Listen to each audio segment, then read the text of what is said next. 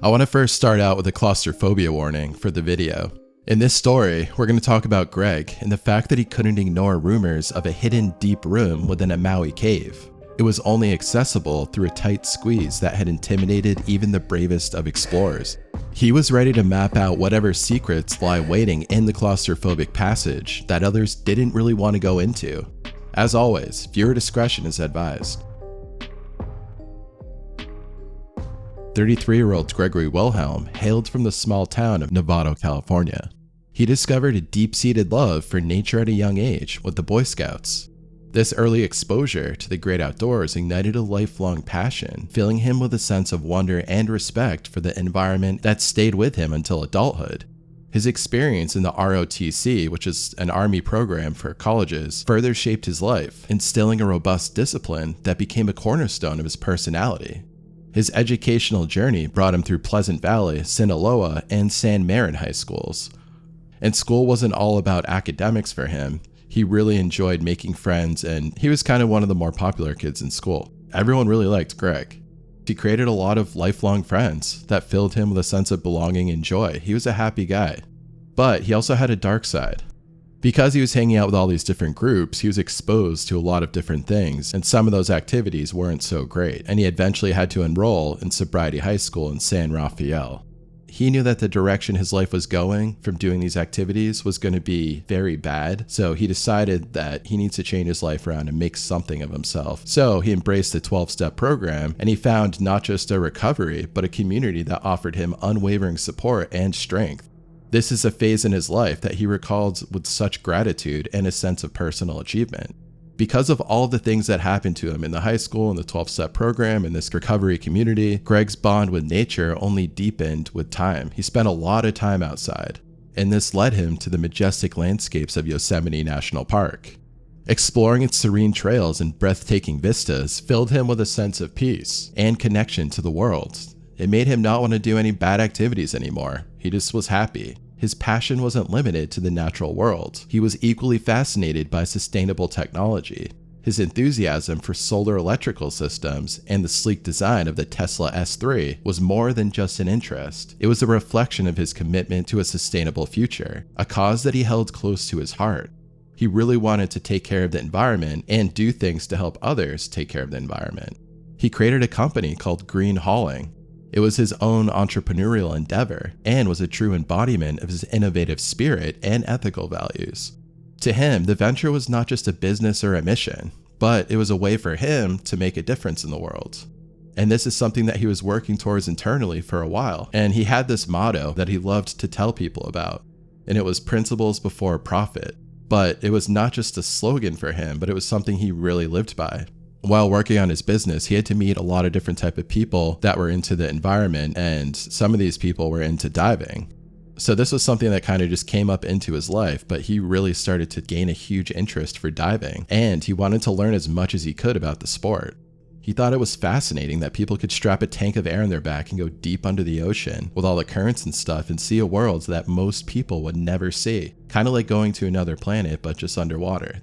He liked that aspect of adventure and danger. Then, his aspirations quickly evolved, setting his sights on the specialized and challenging realm of cave diving, motivated by a desire to explore the depths and mysteries that lay beneath the ocean's surface and the Earth's crust. Greg was profoundly captivated by these stories surrounding the mysterious depths off Maui's coast, especially the enigmatic Wana Panapa. To him, these narratives were not merely folklore, but sources of deep fascination. Among explorers and divers, the Wana Panapa Caves speaks of a concealed underwater passage, a timeless secret, widely discussed yet unexplored. The following is the legend of the Wana Panapa Caves. Once upon a time, a Hawaiian princess named Popolaya fled from her cruel husband, the chief Kakai. She hid on the ledge just inside the underwater entrance to the cave. A faithful serving maid sat across from her, fanning the princess with a feather kahili, which was a symbol of royalty. Noticing the reflection of the kahili in the water, the chief Kakai discovered Popolaya's hiding place and killed her. At certain times of the year, tiny red shrimp appear in the pool, turning the water red. Some say it's a reminder of the blood of the slain princess.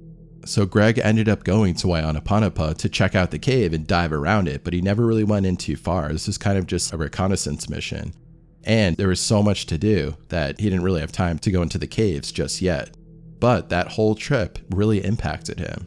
And the prospect of discovering an unknown cavern in the complex cave network there transformed his interest into a full-on obsession. Panapa State Park, located in the isolated village of Wana on Maui, presents a pristine yet perilous natural environment. This secluded area, home to approximately 1,500 residents, lacks essential services such as a hospital or emergency facilities, highlighting the risks associated with its remote location. The route to Wana is characterized by its hazardous nature, with a narrow winding road that clings to the coastline. This road was really dangerous. There's reports all over the internet on TripAdvisor, etc., because of drivers going too fast, and that's not to mention if it's raining or they have some other sort of bad weather going on. Despite its beauty, the area poses multiple dangers, including treacherous hikes, powerful blowholes, and the ocean caves that are as alluring as they are dangerous. The waters of Panapa are noted for their shimmering appearance, a feature that disguises the presence of strong currents and jagged rocks right beneath the surface. Numerous warning signs throughout the park caution visitors of the risks posed by violent waves and falling rocks, as well as strong ocean currents that are of particular concern for swimmers. They're really going to have no chance fighting that current. Explorers of the park often venture towards the lava rock overhangs along the coastline. They think they can just walk right up to them. And this is where stories of adventurers trapped by rising tides serve as a reminder of the area's unpredictable nature. The ankle-line pool caves, once more accessible but now obscured by thick vegetation, continue to attract adventurers despite the challenging terrain and the cold spring-fed waters. Within these submerged caves, you need some sort of light to get around. And for those willing to venture further into those narrow claustrophobic passageways that lead really deep into the cave, will either find what they were looking for or they'll get stuck, never to be seen again. Greg was acutely aware of the dangers associated with such an exploration. And his friends told him, hey man, this place is really dangerous. I don't know if we should go there and explore around. I know you've done it before, but it seems like things are going to get a lot more serious this time, and we don't know if we're up for it. Despite these risks, his preparation was meticulous. He did show them that he was going through everything and trying to figure out what they needed to do to be as safe as possible. And he also sought insights from expert cave explorers who had previously ventured deep inside other caves around the US. On January 29th, 2017, Greg and his friends stood at the brink of the Pacific Ocean overlooking the striking Maui coast. Having traveled from California, they were more than ready to go on this adventure in Panapa State Park. Greg was filled with a sense of awe and anticipation. He guided his group, eager to get started. He had 3 other friends with him, one of his guy friends and 2 female friends. They're all friends from his hometown who like to go on different adventures, including climbing and just exploring different areas and go hiking together. Greg was the leader of the group, and they knew that even if this trip was going to be a little sketchy, that things would probably work out fine in the end. And they'd have a lot of fun. So they walked through the park until they got to a swimming hole, and from there they saw the entrance to the caves. The waters were crystal clear and very inviting. So they all just jumped in. They were just telling jokes to each other, and their voices were echoing off the cave and making this weird noise. It was just a lot of fun. And they felt like they were in this sort of like ancient area because the jagged rocks crept out and they looked a little bit ominous. And they were just different from anything that they had ever seen before. The cave waters were actually really cold, so they weren't sure how long they were going to stay in there, and some of them were kind of hinting that they wanted to get out and take a break. Then Greg decided that it was time to move on and go into the cave. But the 2 girls kind of looked at each other and they're like, we don't really want to do this. We're not going to go in there because we just don't think it's a good idea for us. And we didn't prepare at all like how Greg prepared. But Greg's male friend said that he was down to go in there and check things out. The 2 women stayed near the entrance and they were kind of the lookout, and if anything bad happened, they could go ask others for assistance. And Gregory and his friend were like, yeah, that's actually a good idea. So it was all good. The light that was coming into the cave, because they were still at the entrance, was starting to diminish a little bit because there were storm clouds moving in. Greg, adapting to the environment, put his phone in a plastic bag to use as a flashlight and started to look around. The light was extremely helpful and allowed them to kind of move down the cave without scratching themselves on the sharp sides or just going straight into a wall. And they were going to need this light to get back out of the cave. He took the phone in the bag, made sure it was secure, then stuck it under the water and kind of looked around, and he was really surprised at how clear it was. He could see all the way down to the bottom and see that there was some jagged rocks. Not that he was going to go down there, but it was just cool to see this whole new part of the cave under the water.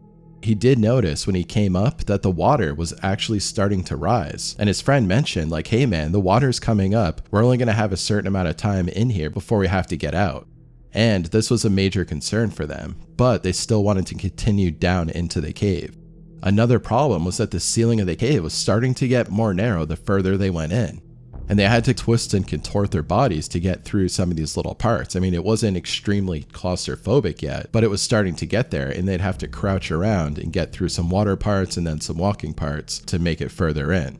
And at this point, the cave was a complete blackout besides that little flashlight, and there wasn't a ton of battery left on the phone. This made Greg's friend's heartbeat really fast. He was getting really concerned about the situation. The two women outside of the cave started to notice that they were in there for a while, much longer than Greg originally said they were going to be in there for. But inside, Greg and his friend continued their exploration. They were just going deeper and deeper into the cave, trying to find the secret passage that they could get into. But they had to do a balancing act between getting through the water and these really sharp, tight passages. The two women were getting very uncomfortable. The excitement they had before was definitely gone. They just wanted Greg and his friend to get out of there so they could leave and go home. There was kind of an unspoken understanding that on that day, their limits would be tested because their friendship was anchored in this adventurous spirit. And the friend knew that there was that constricted space within the cave, that tighter room that only one person could fit in at a time, which was also a bottleneck of solid rock and isolation. And there was also the agreement that when they did, Greg would go in first. Greg's friend trusted his judgment. Then they finally got to that small little passage. They looked at each other and Greg said, hey man, I'm gonna go in, check it out, I'll let you know what happened, and then I'll give you the okay and you can come in. This part of the cave was really cold and they weren't sure how long they had been in. So Greg worked his way through this little passage, sticking his arm in first and then contorting his head and his arms and kind of sliding through. He had to put a little bit of water in his arms to make it slippery so he could actually get through, because if not, he would have just cut his arm on the rock. And the weird thing about this little room and the area outside the room was that the water was very still. There was no movement at all. Eventually Greg got through, but he lost his phone somewhere. The flashlight was gone and the light was gone. Greg's friend started looking around outside of the room where Greg was before he went in, but he couldn't find it. And Greg said he also couldn't find it either in that little room. So they had no idea where the phone was that had the flashlight. Then Greg just started looking around more, but he never told the friend to come inside. Then Greg's friend realized that Greg was gone. He had no idea where he went, so he just decided to wait outside that little room. He waited outside patiently, but Greg never showed up. Then he had to make a decision. Was he going to stay in there or try to get out? And he wasn't even sure if he could get out of the cave himself because he had no light to see where he was going.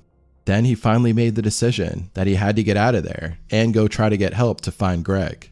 After some time, he was able to get himself out of the cave. He couldn't believe it. He went straight up to his two friends and told them, Greg's gone. They started yelling at him, hey, you have to go back in there and get him. But he mentioned he has no light and no way of getting around the cave, and he was kind of scared of getting stuck in there himself. Anxiety and fear escalated for the women that Greg was stuck in that cave by himself with no light and that he was potentially facing grave danger.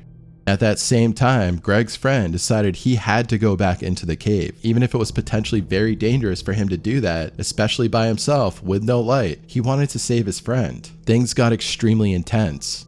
Inside the cave, his calls reverberated in oppressive stillness, intensifying his collective anxiety. The situation teetered on the brink of panic as fear and worry threatened to overpower his rational thoughts. He really had no idea where to go to find Greg in there. Amidst the overwhelming darkness, a faint light appeared, offering a glimmer of hope. So he followed this light down into the cave. Greg's friend got into the water and swam towards the light with urgency, hoping to find Greg. However, the source of the light was just Greg's phone, still illuminated but without its owner. The discovery conveyed a grim reality. Greg was now without his primary source of light, significantly diminishing his chances of getting out of there alive. Realizing the severity of the situation, Greg's friend, using the light from the phone, retraced his steps to the cave's entrance. Each movement in the water was laden with the weight of the distressing news he had to deliver. Upon his return, the atmosphere was heavy with despair. The two women went up to him and asked what happened, and he told them that he found Greg's phone and that they needed to call for search and rescue immediately. A tense and uncertain wait ensued as they hoped for Greg's safe return. They were praying he would just walk out of the cave. A distress call from Central Maui triggered an immediate response, with the Wana Fire Rescue Team arriving within 10 minutes, reflecting the critical nature of the situation. Greg's friends, wrapped in anxiety and fear, observed the rescue team's preparations with a blend of hope and despair. However, an agonizing wait ensued as the team awaited the arrival of the specialized unit from Kahului, located over 18 miles away. They had more powerful lights, and their team was just better prepared to penetrate deep into the cave. As the rescue operation commenced, Greg's friends were consumed by a tense silence, filled with apprehension about the potential findings. They didn't want to really hear about any sort of bad news relating to Greg. Their worst fears were materialized when Greg's rescuers, using the advanced lights, discovered a human form motionless in the cave's depths. It was Greg, a mere 75 feet from the exit.